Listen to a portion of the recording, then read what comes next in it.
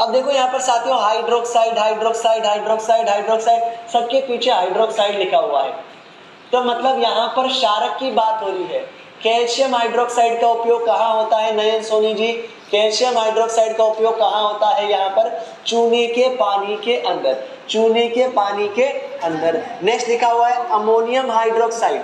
Ammonium hydroxide आपको पता है, आप लिक्विड लाते हो, कांच को साफ करने के लिए फव्वारा लगा होता है, फिर उससे कांच को आप साफ करते हो, उससे आप कांच को साफ करते हो। तो साथियों ये जो अमोनियम हाइड्रोक्साइड होता है, इसका उपयोग उस लिक्विड में किया जाता है ताकि आप किसी चीज को, किसी कांच को आसानी से साफ कर सको। लता गौड़ जी आपको कल तक क्विज उपलब्ध हो जाएंगे। लता गौड़ जी आपका कमेंट देख लिया गया है, कल आपको किसी भी हालत में क्विज उपलब्ध हो जाएंगे। क्लियर? चलिए फिर है सोडियम हाइड्रोक्साइड या पोटेशियम हाइड्रोक्साइड। सोडियम हाइड्रोक्साइड या पोटेशियम हाइड्रोक्साइड जो होता है उसका उपयोग किसके अंदर होता है? हमारे साबुन के अंदर होता है। किसके अंदर? साबुन के अंदर। दिलीप वर्मा जी को ब्लॉक किया जाए, दिलीप वर्मा जी को हाथों हाथ ब्लॉक किया जाए।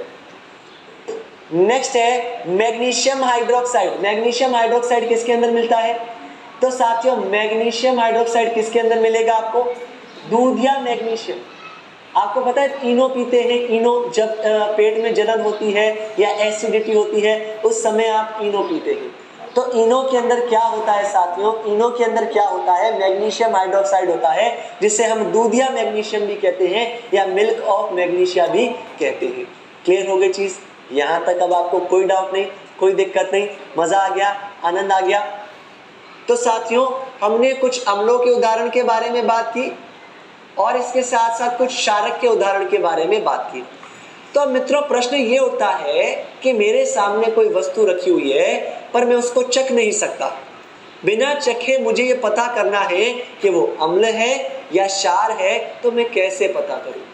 मेरे सामने कोई चीज रखी हुई है, वो अम्ल है या क्षार है मुझे पता नहीं, पर मैं कैसे पता करूंगा? ये मेरे सामने एक प्रश्न खड़ा हो जाता है। तो साथियों किसी भी वस्तु को मुझे यदि चेक करना है कि वो अम्ल है या क्षार है, तो साथियों किसका उपयोग किया जाता है?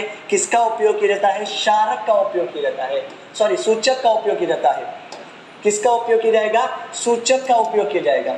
सूचक जिसको हम इंग्लिश में क्या कहते हैं? इंडिकेटर कहते हैं, इंडिकेटर कहते हैं।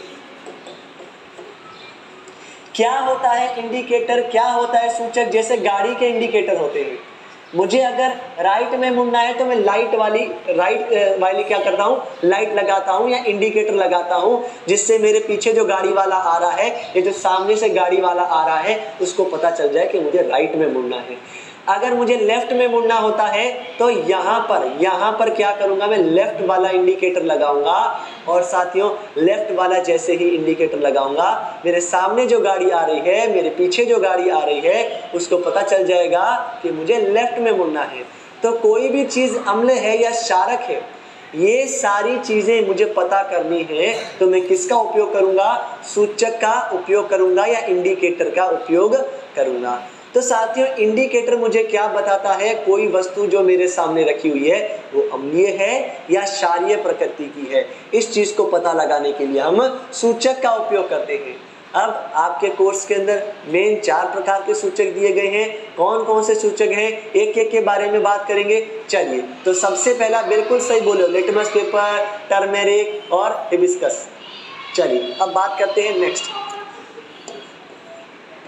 तो मेन तो ये हो जाएंगे कौन कौन से? प्राकृतिक सूचक। मेन आपके 3 सूचक हैं जो प्राकृतिक सूचक हैं। बट हर्षिता जी बिल्कुल सही कह रहे हो, आप बिल्कुल करेक्ट कह रहे हो, एक मानव निर्मित भी होगा, एक मानव निर्मित सूचक भी होता है। 2 प्रकार के सूचक होते हैं, एक तो प्राकृतिक सूचक और एक मानव निर्मित। यहाँ पर 3 मानव निर्मित सूचक, सॉरी एक तो हो जाएगा मानव निर्मित और 3 हो जाएंगे प्राकृतिक सूचक।